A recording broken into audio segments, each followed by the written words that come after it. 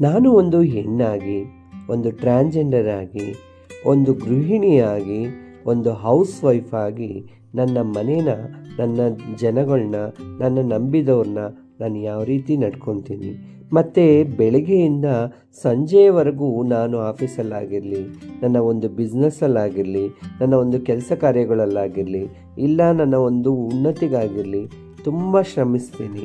ಹೆಚ್ಚಿನದಾಗೆ ಎಲ್ಲರನ್ನೂ ನೋಡ್ಕೊತೀನಿ, ಪ್ರೀತಿ ವಿಶ್ವಾಸದಿಂದ ಇದು ಮಾಡ್ತೀನಿ. ನಾನು ಒಂದು ಹೆಣ್ಣು ಎಂದು ಎಲ್ಲ ಸಮಾಜದ ಮುಂದೆ ತಲೆ ಎತ್ತಿ ನಡೀತೀನಿ. ಯಾಕೆಂದರೆ ನನಗೆ ನನ್ನ ಮಗು ಅಂದರೆ ಪ್ರಪಂಚ, ನನ್ನ ಮಗುವಿನೇ ನನಗೆ ಜೀವ. ಬೆಳಗ್ಗೆಯಿಂದ ಸಂಜೆವರೆಗೂ ನಾವು ಕೆಲಸ ಮಾಡಿ ಬಂದರೆ ನಮ್ಮ ಮಕ್ಕಳು ಆಲಂಗನೆಯಿಂದನೇ ನಾವು ಎಲ್ಲವನ್ನೂ ಮರಿತೀವಿ. ಪೂಜೆ ಪುನಸ್ಕಾರ, ಆಚರಣೆ, ವಿಚಾರಣೆ ಮತ್ತು ಎಲ್ಲವನ್ನೂ ಮಾಡ್ತೀನಿ. ನಾನು ಒಂದು ಹೆಣ್ಣಲ್ಲವ.